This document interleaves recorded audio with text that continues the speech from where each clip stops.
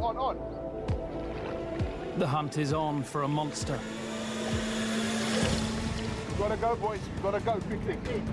A huge and ferocious predator that lurks in this river. It's a potential man-eater. It was much bigger than I thought. And it could start taking people. Pull me back into the boat and said, now that, you never ever do that again. It was a huge thing. Now the race is on to identify it before it attacks again.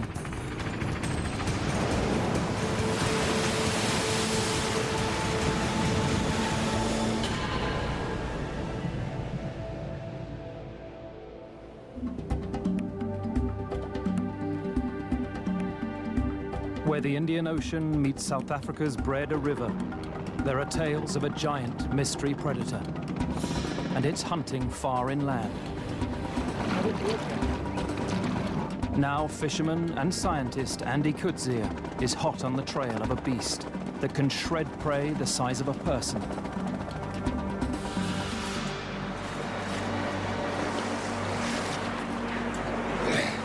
This is a 48-kilogram cob that's just been caught. Imagine the size of the predator that can eat something this big.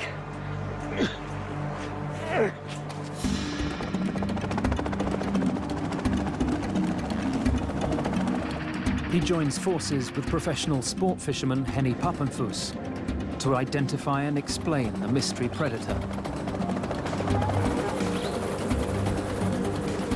Henny and I know each other by reputation, but this is the first time we've met.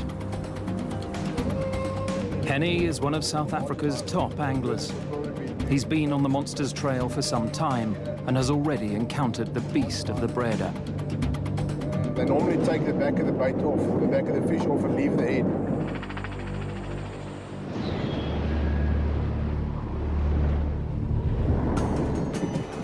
Like all good fishermen, Henny's already scouted the territory.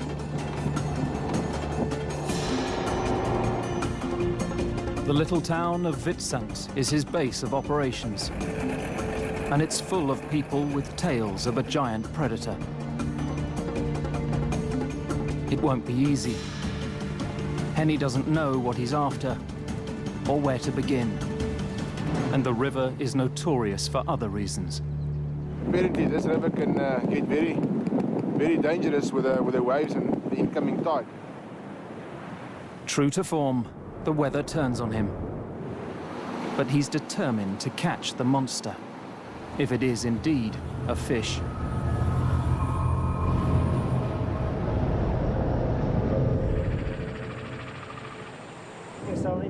So far, all Andy knows about the predator comes from rumors and stories. It's time for him to hear some evidence from people who've encountered it firsthand. And they like chewing off your fish. And they bite off a 45-kilogram cob as easy as you bite off a banana, my friend. Jerry's story is chilling. We went fishing at Karel's Kraal in February. It is late summer 2008. Jerry and friends are fishing for cob, a big game fish. Within minutes, a massive strike. There's only one thing that can give you that kind of tug, and that must be a big cob. The fish is putting up a tough battle. Had a nice 5-minute fight, and then it changed gears, this cob of mine. Went berserk.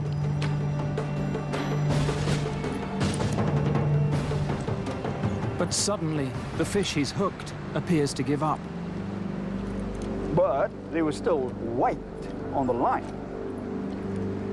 The cob is literally dead in the water, its entire body bitten off.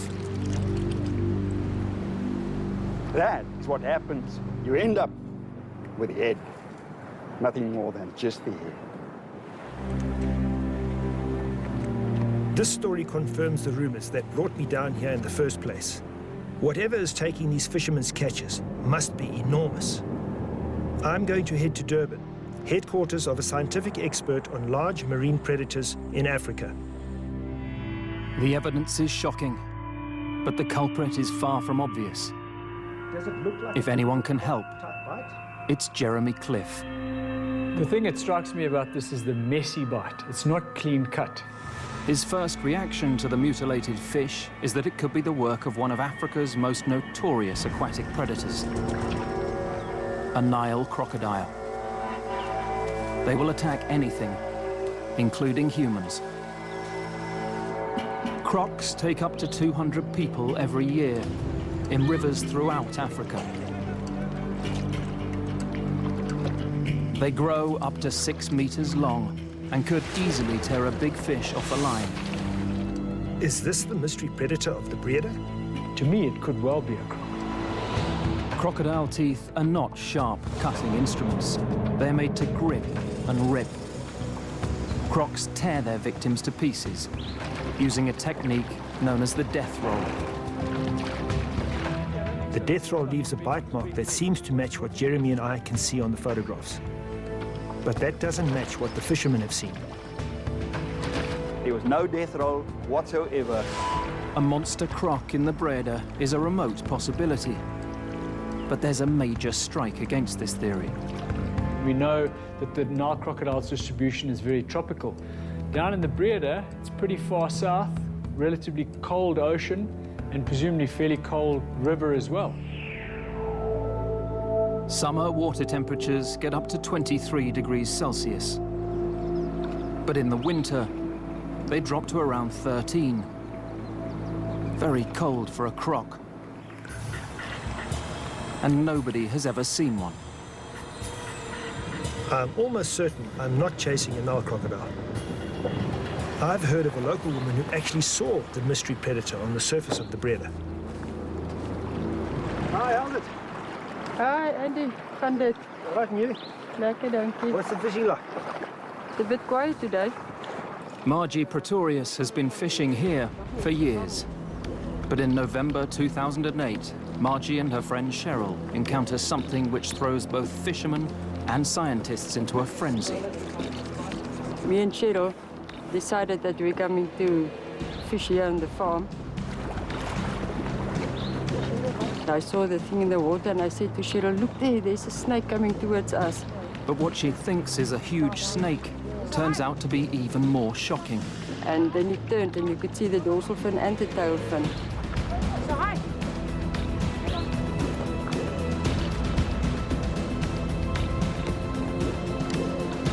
Luckily, she has a camera phone and grabs a picture that can only be one thing: a giant shark. Wow! Between the dorsal fin and the tail, it was close to 2 meters. It was a huge thing. These photos are amazing. There's absolutely no doubt in my mind that we're dealing with a really big shark. Now we can look again at the bite mark evidence to try and figure out the ultimate question. What type of shark could be living 5 kilometers up the river? The 4 that spring to mind are the blacktip, the ragged-tooth shark, the great white, and the bull shark. One of these is almost certainly our mystery predator. All of them are found around much of the South African coast and might conceivably hunt upriver. The blacktip, fast and furious. They grow up to 2.5 meters and are usually found offshore, often in numbers. The ragged-tooth shark reaches more than 3 meters long. They're infamous for fearsome-looking teeth that might create the messy bite wound Andy's seen. Raggies do hunt in estuaries and are sometimes seen gulping air from the surface to control their buoyancy. The great white, the most feared of all sharks, up to 6 meters long, with teeth and jaws perfectly designed to slice off giant hunks of flesh. Great whites also thrive in cold waters, like those found around South Africa's southern Cape, where temperatures drop as low as 11 Celsius.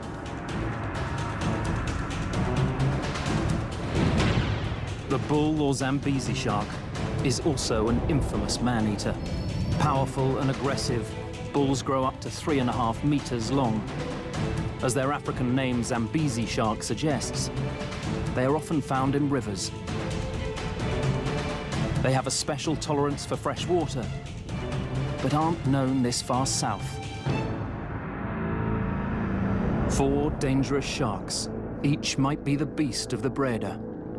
Of course, there is one way to be certain.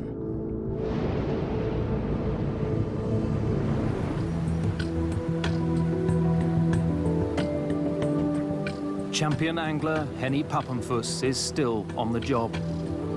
He's no fair weather fisherman. We can't let a little thing like rain put us off.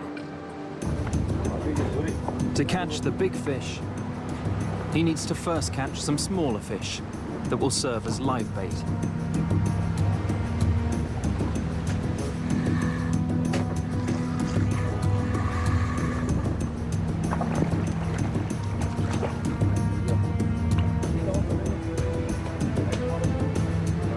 Five kilometers upriver, some of Henny's team have already begun their intense efforts to capture the monster. One of the other boats that's fishing with us, he's just had one of their live boats almost bitten in half. It's not the devastating injury he's seen pictures of, but to Henny, it's hard evidence that there's something big out there.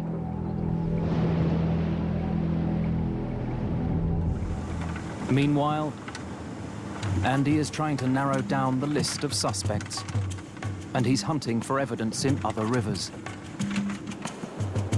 I'm going to examine rivers that are similar to the Breda. Muddy tidal estuaries with a long inland reach, and pick the ones where sharks have been seen or caught. First stop, the Umzimvubu River, near the small town of Port St. John's. I need to pick up some supplies.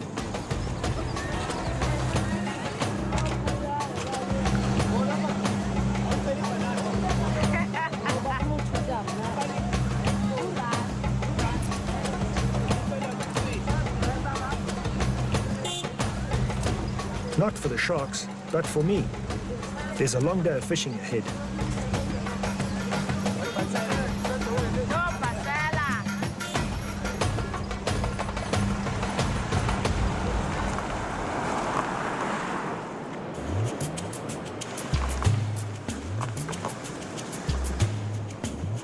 Conditions here almost exactly match that of the Breda River. Both the Breda and the Umzimvubu are tidal estuaries, each having extremely murky water. Like the Breda, this river unloads its cargo of mud far out to sea. Andy wants to see if there are sharks here. I'm following the theory that whichever sharks live in this water could also live in the Breda.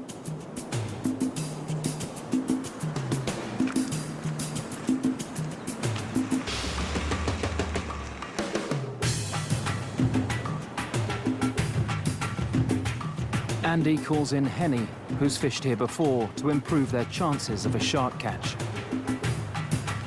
First, they need bait.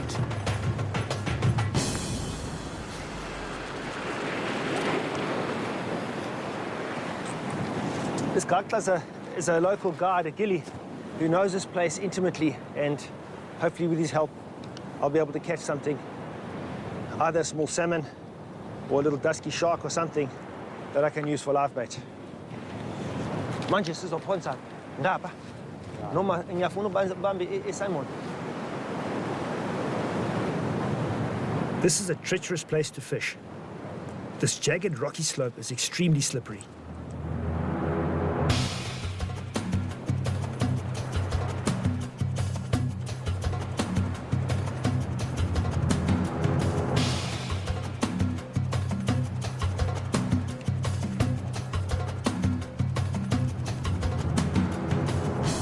It's a long day, and a whole lot of nothing. But finally, Henny hooks into something big. Check it in there, jumping. Check it in there. What do you see there? Iron! They've hooked their first clue in the quest to identify the beast of the Breda.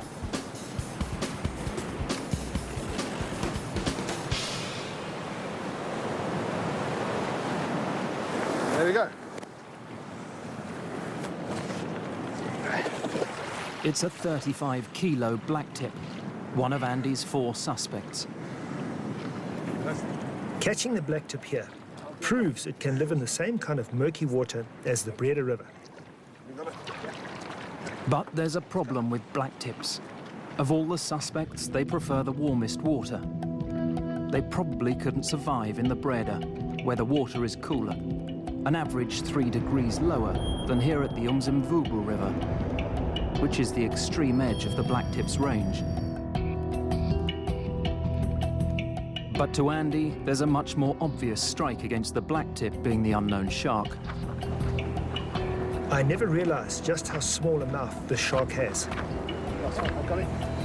Now that I've seen it, I want it back in the water as quickly as possible. Look in this gully here. Yeah. Well, let's work it here, Andy. Just put it down, yeah? All right. All right, Henny. I'm ready.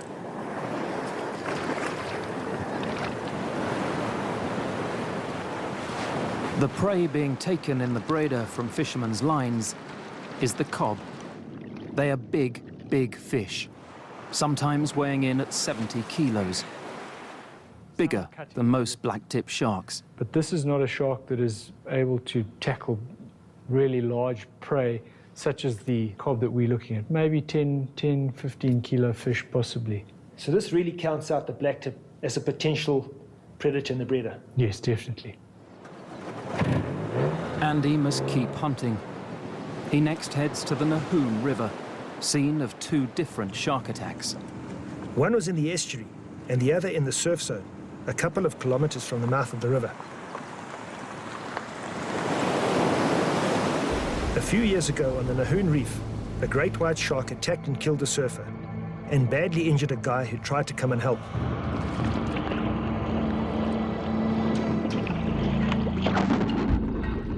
At certain times of the year, young great whites congregate along this stretch of coastline.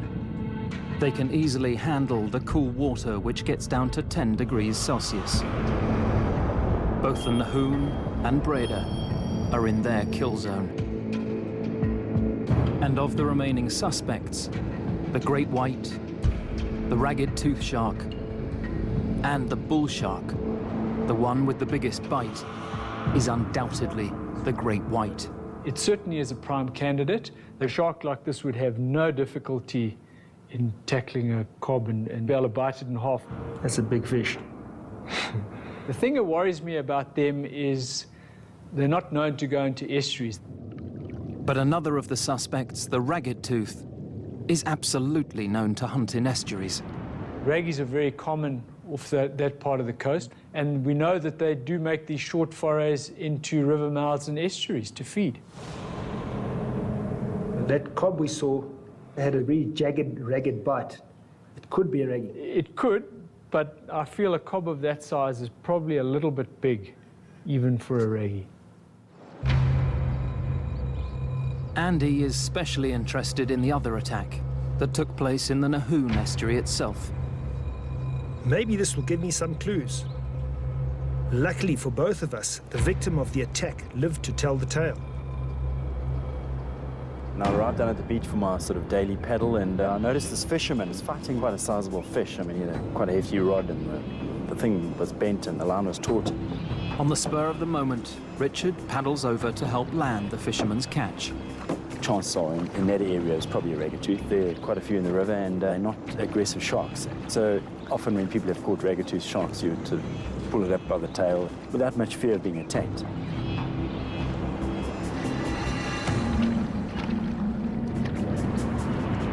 So he does what most people would consider crazy when there's a shark in the water. I jumped off the boat, and it was quite murky. I was looking in the water, and I eventually picked up on the line and saw the tail down there every now and again. As I dived in, I heard the line snap. But I grabbed hold of the tail, and I stood up. I suddenly realized then that it was much bigger than I thought. The shark turns to attack. Then I recognized that it wasn't a ragged-tooth, and it was a Zambezi shark. The Zambezi or bull shark is one of the deadliest in the world. and I was thrashing around trying to get as far away from the shark as possible. I put my arm up to defend myself, and its upper jaws grazed my arm and caused quite a bit of damage.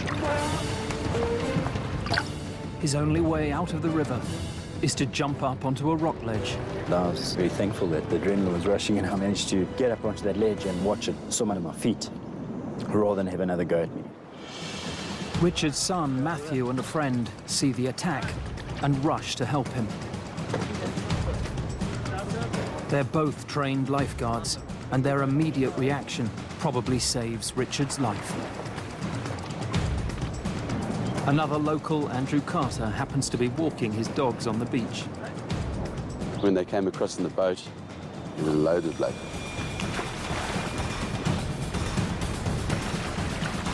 Raised him up to the car, which is 500 meters away, and then sped to hospital.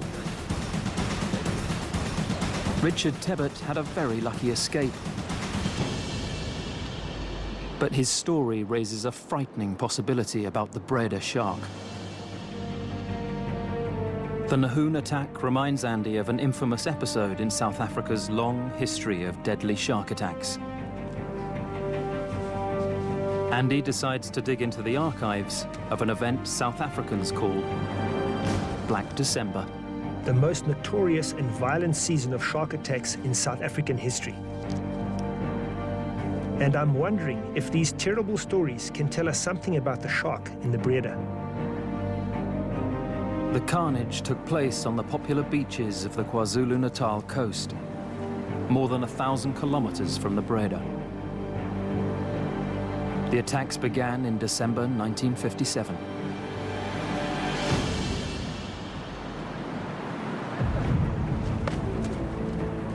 It has been a Christmas of tragedy and horror for vacationers on this section of the South African coast.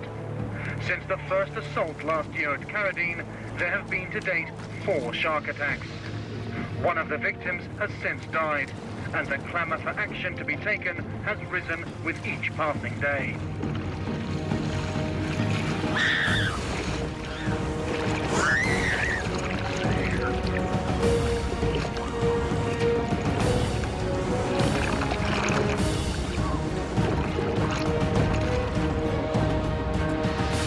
The victims included a 14-year-old girl, a young man holidaying at the coast, and a father of 2.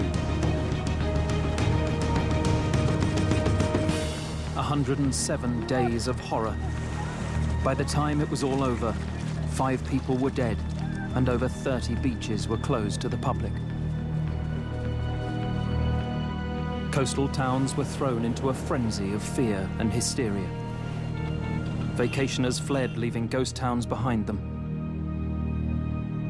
Businesses went bankrupt, and many sharks were killed to try to eliminate the man-eaters.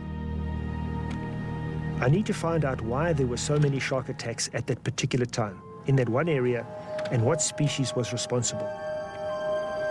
The one man who can answer these questions is Rudy van der Elst, head of the Oceanographic Research Institute. It was post-war, after a depression, and people had a chance to go on holiday, vacation, there was some more money available. And the south coast of KwaZulu-Natal was clearly a fantastic destination. Warm water, warm conditions, beautiful sea. On top of the crowds of vacationers, there was another factor. Runoff from the heavy rainy season left the inshore waters muddy and dark. Swimmers had no chance to spot any marauding sharks. Mix all those together and you can expect an unusually high number of attacks. At the time, most people thought a great white was to blame. But then researchers at the Oceanographic Research Institute dug deeper. What were one of the first clues that led you to believe that it could be a Zambezi shark? The tooth fragment that was found in the victim clearly identified that as being from a Zambezi shark. Was it one shark responsible for the attacks? There were so many attacks over a fairly short period that it's unlikely that they were all the same shark. One wasn't responsible for all of them. So there would certainly have been some reason to say there might have been 1 or 2 sort of rogue sharks in the area. But you do get a learning behavior in sharks. We've tested that in the wild and in the tanks. It's possible that during Black December, Zambezis, also known as bull sharks, learned to attack people. Today, many spear fishermen say that sharks deliberately target them as soon as they make a catch. It's thought they learn the sounds and vibrations made by an injured fish. That's why anglers like Henny use live bait. I'd heard that bull sharks will often hone in on the sound of a spear gun being fired underwater, apparently having learned that this could potentially mean a free meal. I decided to test that theory in their domain. Do be aware of each other's backs. They are ambush predators, and they like to investigate from behind. They don't like being looked at. Andy and Henny are going to test bull shark reactions for themselves.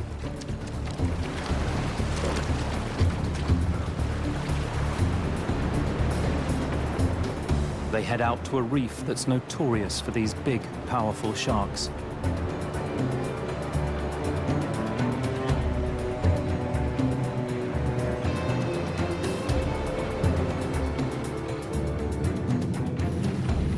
They want to see how quickly bulls react to the sounds made by a wounded fish. And they are taking care to do it in water with excellent visibility.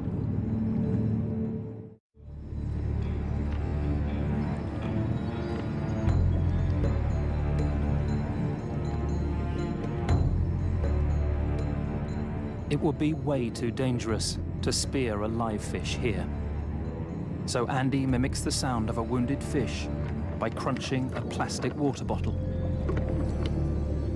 The sharks close enough to see it isn't a fish pay no attention. But those deeper down respond immediately and turn toward the sound.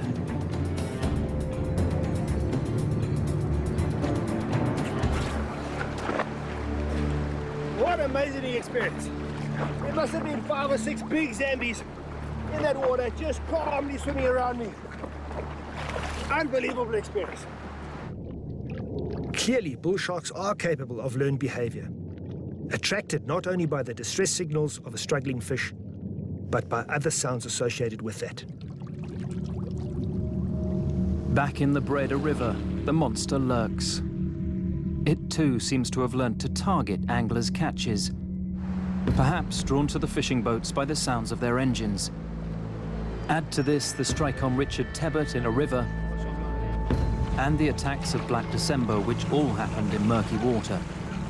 And Andy comes to the conclusion that the beast in the Breda is most likely a huge bull or Zambezi shark. But he still has questions. In his search for the truth about the beast of the Breda River, Andy wants to know how bull sharks can operate in both salty oceanic water and fresh river water far inland. To find out, he must explore their anatomy, and for that, he needs a shark. There's one place he can virtually guarantee to find one: the shark nets that protect the beaches near Durban. Shark nets have been part of the South African way of life since Black December. In all that time, there have only been 2 fatalities from shark attacks.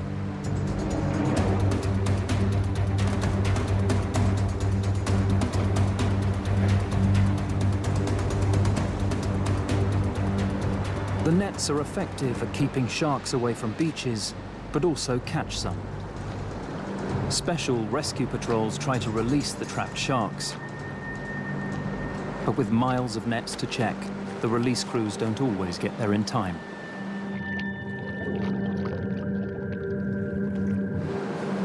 This is an unfortunate side effect of keeping people safe. But the loss of one shark may actually contribute to our understanding and knowledge. Jeremy, Cliff and I are going to do an autopsy on this dead shark, and we're going to take a look inside and see what clues might lead us to the creature of the Breda. The first thing I want to know is how a bull shark can hunt in a muddy river like the Breda where it can't see. If you look closely around the snout, you can see a number of tiny little pores here. And these are able to pick up very, very weak electric fields. Sharks rely on these pores, called ampullae of Lorenzini, to track prey they can't see. Bull sharks also have an extraordinary sense of smell. It's estimated that they can pick up in the region of a teaspoon of blood in a swimming pool of water. So basically, they're swimming noses. Bulls have another technique for locating prey in zero visibility. And that it does by means of the lateral line, which runs down the side of the body. And if you have a look here, you can see that line running down the side of the body. Yeah. The lateral line allows all fish to detect movement and pressure changes. It's especially useful for hunting in murky water, and it undoubtedly helps the shark in the braider to home in on fishermen's catches. But there's one other reason that makes me almost certain the creature in the braider is a bull shark, and that's their remarkable ability to live in fresh water. To survive in the river, as well as the salty conditions of the sea, the shark needs to balance the water and salt concentrations in its body with the water outside. Bulls can do this better than any other shark species. Their unique ability relies on two organs. Firstly, they have specially adapted, ultra-efficient kidneys. Because there's a lot of fresh water coming into the body via the gills, so it's got to up its urinary output, and that's where the kidneys are very, very important. The other critical organ is the bull shark's rectal gland, which concentrates and excretes excess salt. There it is there, very, very small and insignificant, but very, very important. But then, perhaps the most telling piece of evidence I could hope to discover in this autopsy, a tiny bone in the contents of the bull shark's stomach. What we'd have to do is have a look. Yeah, this is really interesting. This is an earstone or otolith. Earstones are like fish fingerprints. They can precisely identify a fish's species, age, and even its place of birth. And this earstone is definitely from a cob.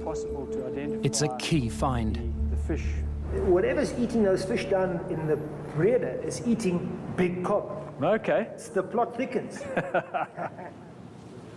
Andy is now certain he knows the identity of the culprit. The science has spoken, and for Andy, the earstone nails it. He's convinced the monster in the braider is a bull shark, and they are notorious man-eaters.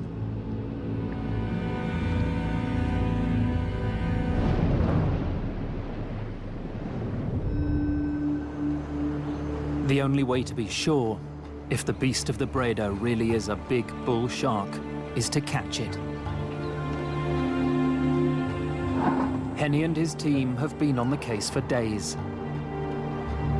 The day before, something snatched a large baitfish from one of his lines.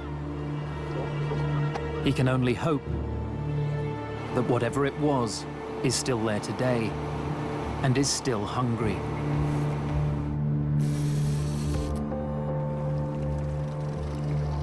Henny hooks more bait.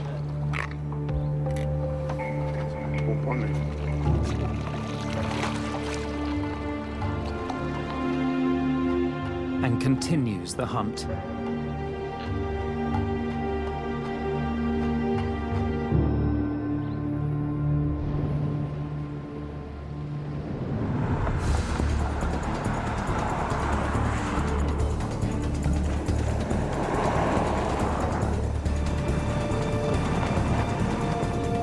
Andy is still following the trail of evidence.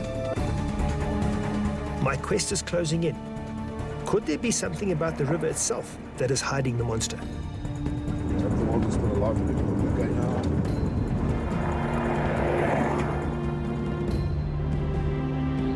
He comes across another clue, talking to the Breda River ferry operator, Mr. Hadebe. Manje baba Khadebe ngicela ukubuza. Awuzwanga ikhona ishaka lapha phakathi emfuleni? Ngizwile baba. Okay. I asked Mr. Khadebe here if he'd heard of a shark or seen a shark in the river, and he said yes, he has. That's extraordinary, given the fact that this ferry is 32 kilometers upriver. Massive tides flush the Breda, which could allow other open ocean sharks to swim upriver. But 32 kilometers? The bull shark's ability to switch between salt and fresh water could explain Mr. Khadebe's sighting. But there is one huge strike against the Breda beast being a bull shark. They're mainly found in tropical waters. Their known range ends 366 kilometers north of the Breda River. If the bull shark is the unknown predator of the Breda River, then it's living in waters far colder than the species' known scientific limits. Andy joins rangers who constantly monitor conditions in the Breda River to see if they can shed light on how it might be possible for a bull shark to be living so far out of its range. What we're interested in is measuring how far the salt is going up, and that's about 52 kilometers. We have certain stations where we stop along and measure the gradient and the depth of the salinity and other parameters such as dissolved oxygen, temperature. The river monitoring indicates that salt levels in the Breda can change rapidly. It's a very dynamic system and it can be flushed out very dramatically, and salinities can change in a matter of hours with floods. The only shark that could deal with such drastic changes in salinity is a bull. But the cold water of this area flies in the face of everything we know about this species' range. Despite all the evidence, I'm still baffled by the fact that it's so far out of its known scientific range. For a Zambezi to survive here, it would have to be specially cold tolerant, or the Breda River would have to be warming up. And that, Andy discovers, is just what seems to be happening. Temperatures in the river seem to be rising. We're seeing a lot of previously tropical species now coming to this system. Nick's observations could be the final piece of the mystery I've been chasing. If other tropical species are being found in the Breda River system, perhaps the bull shark has followed them. If true, it would be a stunning discovery, given that the bull shark's known scientific range ends nearly 400 kilometers north. Andy calls on Henny once more to see if he can hook any of the other warm water species that have moved in.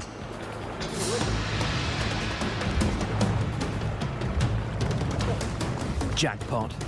It's a diamond ray, another warm water species, and it's a good indicator for the presence of bull sharks.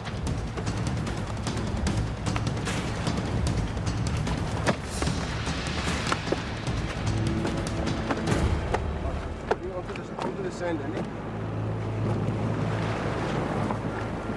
Hey, not a bad diamond, eh?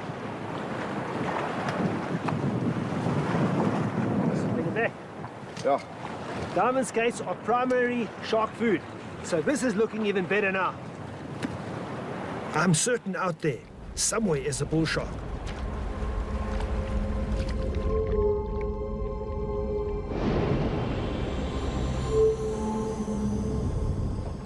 Champion angler Henny Pappenfuss has been trying to catch a giant shark for days.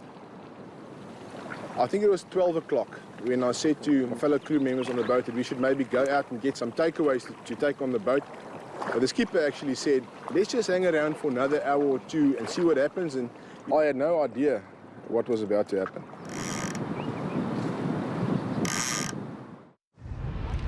Henny Pappenfuss finally hooks what locals call the beast of the Breda. On.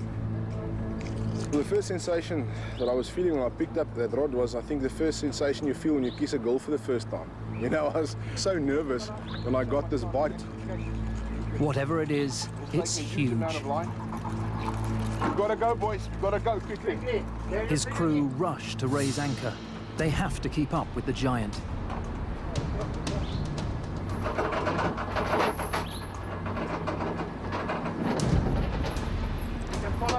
Right. Anchor up. If they don't follow it, it could snap the line and escape. Not too quickly, otherwise I won't be able to get the line.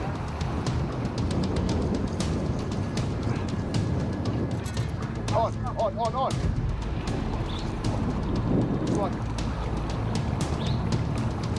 After a full hour, Henny finally gets a glimpse of the beast.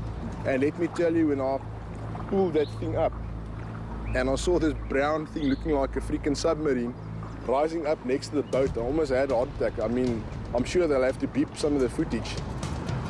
You hear that ting, ting, ting sound on the line? You know there's something big on the other end. The something big on the other end of Henny's line turns out to be even bigger than he thought. Well, I made a big mistake. That is a massive Zambezi shark. It really is a monster. I don't know, I think between the two of us, I might be a little bit more tired than he is. But what a fish, what a beautiful fish. All right. The fight goes on for another full hour. Watch it, watch it, watch it, watch it. Going up 3. Henny tries to pull the enormous shark towards the boat by hand. He must stop it from going under the boat and snapping the line.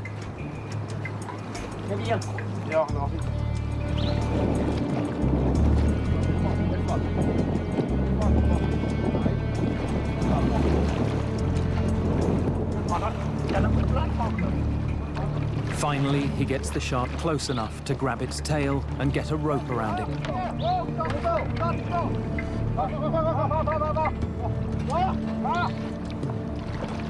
And then the fight was over. She was ours.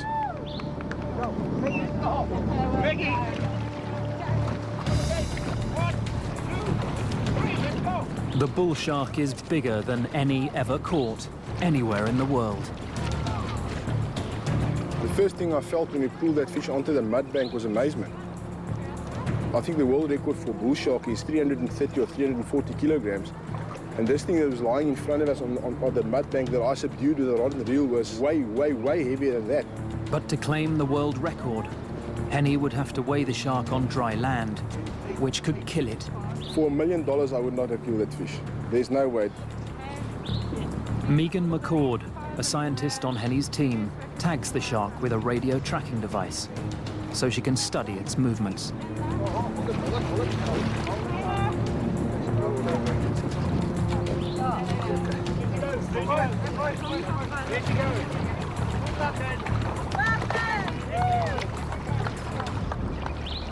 Well, it almost feels like a piece of me is in the river, to be honest. There she goes. There she goes. Final goodbye.